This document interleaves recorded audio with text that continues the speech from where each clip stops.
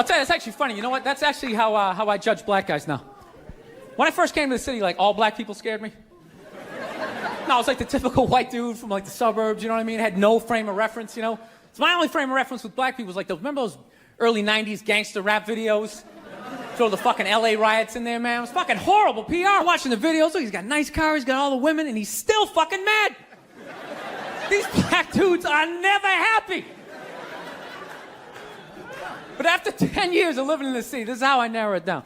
Whether a black dude scares me or not. Black dudes with dirty sneakers scare the fucking shit out of me. No. I figured it out in my head, because I know from hanging out with them, that's the last shit that they're gonna let go. The immediate shit that they have on. So I think, you know, if his sneakers are fucked up, that means his life is fucked up. Every time he leaves his building, the whole neighborhood, oh, shit! Everyone starts making fun of him. He's on the train in a bad mood. I kind of have this howdy-doody, kind of mug-me kind of face. I'm not saying something's gonna happen. I'm just saying, I'm paying attention. So I've been seeing this girl recently, this black girl, right? She lives up in Harlem, you know, gone out like 3-4 times, you know. First time we hung out in like the Village area in New York, you know, which is sort of like a racially mixed area. So shit was cool, you know what I mean? Second time we hung out was more like Midtown, you know. Then the third time, she called me at like 3:30 in the morning, and she wanted me to come up to her apartment, right? So it's 3:30 in the morning, she lives in Harlem, I look how I look, so it's a fucking situation. Yeah, because you know the deal, right?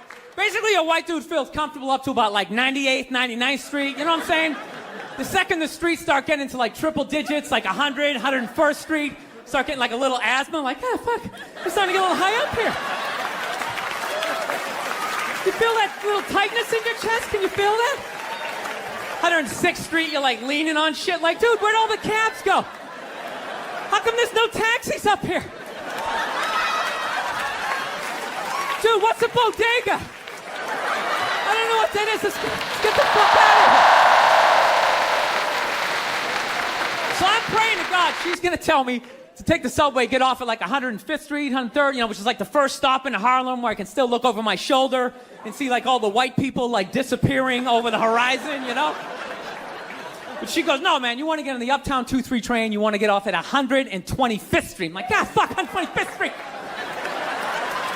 Jesus Christ, that's like right in the middle of everything. I'm gonna be surrounded on all four sides. I can't fucking do this. So, at this point, I'm really trying to hide like the bitchy tone that's starting to creep into my voice, you know? And I'm trying to ask for really specific directions for when I get up there, because I want to know exactly where I'm going. So she starts naming the streets I have to go down, and every other street up there is named after like a black leader, you know? She's like, make a left on Adam Clayton, take a right on Frederick Douglass. I'm like, ah, fuck Adam Clayton. Yo, dude, go on the internet, look up Adam Clayton.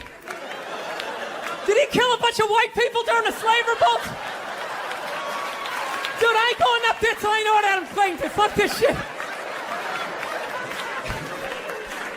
So at this point, I'm really having a battle with myself. Because I'm thinking I can't do this, right? I'm like, I can't do this, but my dick's going, no, come on, man, we can do this, all right? Just relax. Pull yourself together and get on the goddamn train, right? Train. By the time I get up there, it's like 5 or 4 in the morning, right? I'm staying on like Malcolm X and like Danny Glover or some shit, right? I don't even know where the hell I'm at. When I see the street, I want to go up. I want to go up St. Nick. I can literally see her apartment building, but there's like 5 or 6 black dudes standing right on the corner, right where I want to walk by. So I'm like, fuck! I thought I was on like some reality show at that point, like some sort of like white guy survivor. It was ridiculous. So I'm thinking, I got to walk right by these guys, right? You know what's funny? I think that they were actually more surprised to see me than I was scared, you know?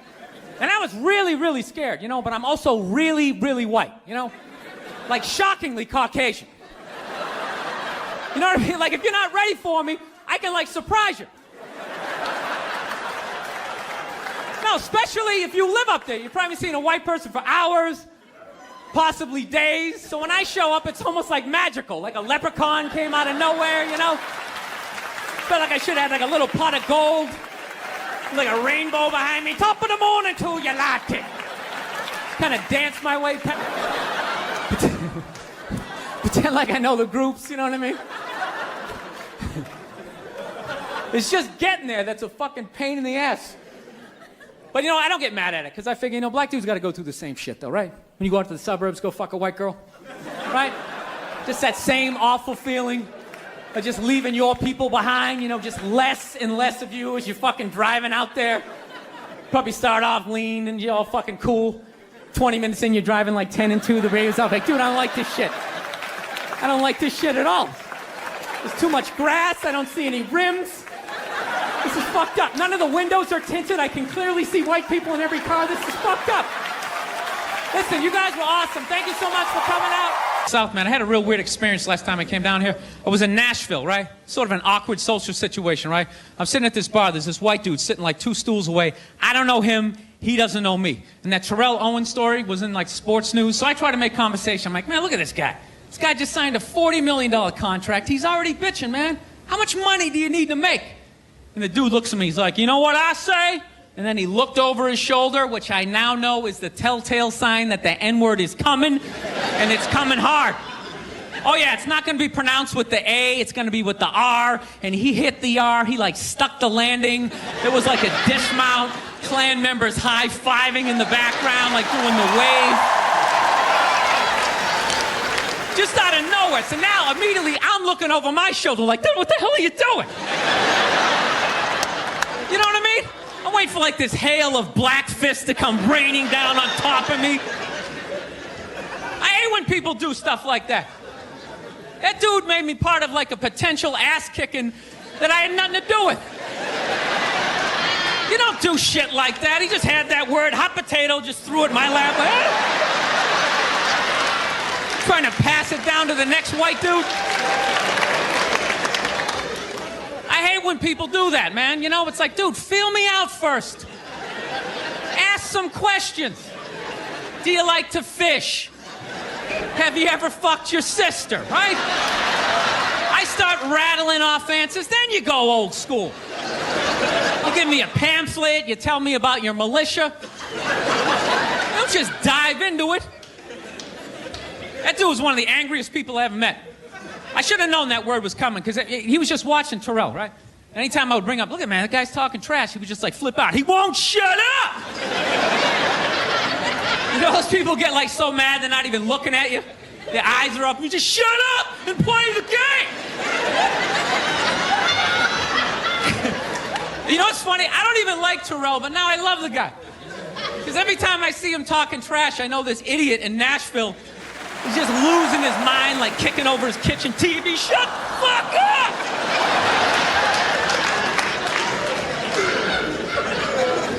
I like violence, man. I am. Not like when it happens to me or if I see it live. I like watching it on TV, you know? Watching people, you know, get attacked by animals. Just get blasted in the face or something, you know? Like, I'm a huge sports fan. You know my favorite, like, moment of, like, the last year was in sports? That Detroit Piston, Indiana Pacer bench clearing brawl. Wasn't that great? That was one of the greatest things I've ever seen. I was so confused when I watched ESPN that day. They were like, that was absolutely disgraceful. Basketball fans, it just must be a... I'm sitting there looking like, I'm a basketball fan. I loved it. I thoroughly enjoyed watching out-of-shape civilians get the shit kicked out of them by professional athletes. It was fascinating. And I think as sports fans, we kind of had it coming, right? Because how many times you gone to a game, right? You got a little too drunk, you started screaming at some dude on the field who could clearly kick the shit out of you, right? If you saw him in the parking lot, you'd be like, hey, can you sign my stamp collection? I think you're awesome. You get in the game, you're all drunk, you're like, you suck, buddy! You're a piece of shit! And they're always calling him up, come on up here! No, come on up here! Well, they came up there. They did, and they kicked the shit out of everybody. It was great. It was like beating up whole rows of people at once, like... I loved every second. I love how Ron Artest punched the wrong guy. Wasn't that great? He taught that dude a valuable lesson in life. When shit goes down, you don't just stand there like you're watching a movie like, wow, it's coming right at me. Must be in 3D or something. That was a 5'6", 110-pound white dude, had an angry 6'10" black dude running right at him. That had to have been in his top 3 nightmares all time. Right behind getting his dick cut off and being lit on fire. And he just stood there.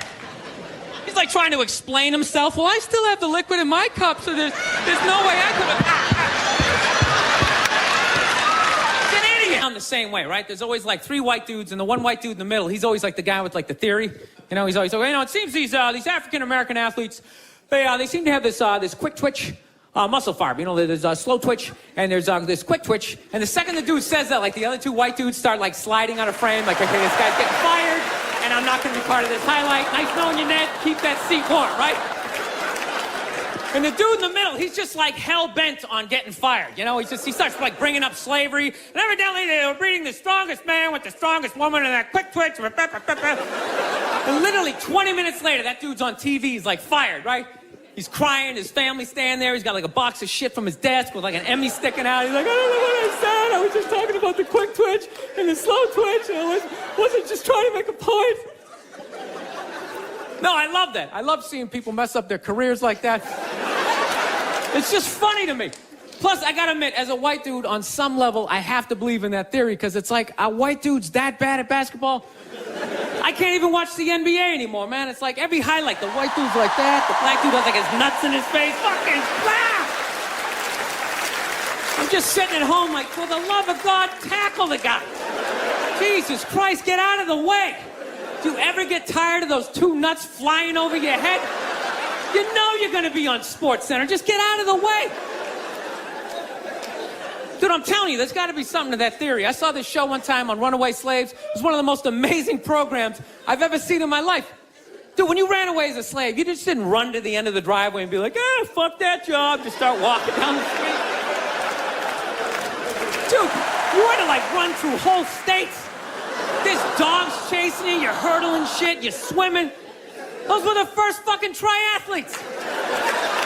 And there was nobody helping them out. There was no dude on the side of the road like, come on, man, 2 more states, you're in Ohio. Suck it up, you're looking good, looking good. Yeah, dude, you funded me about that stuff. You can't even like, you know, I obviously know that theory's crazy, but it's just like, you can't even bring up how well black people are doing in sports. Everybody gets all weird about it, which I don't understand, because it's like a compliment. How weird it is right now. You know, I just brought that shit up. I'm saying something good, right? It's like I saw a coach get in trouble for that shit. Like, his team was like 0-6 or something. They just couldn't win, and every week the press was just getting on him more and more and more, right? And the dude, he was just like flustered, and he had like a moment of honesty. They were like, why can't you guys win a game? He's like, I don't know, the offense isn't getting it done, defense, they're too slow, and it just run out. Tell him, we gotta get some more black guys on this team, but I'm telling you, it's just not. And immediately, everybody's like, what? Everyone started freaking out like they had no idea what this dude was talking about. It's like, are you watching SportsCenter?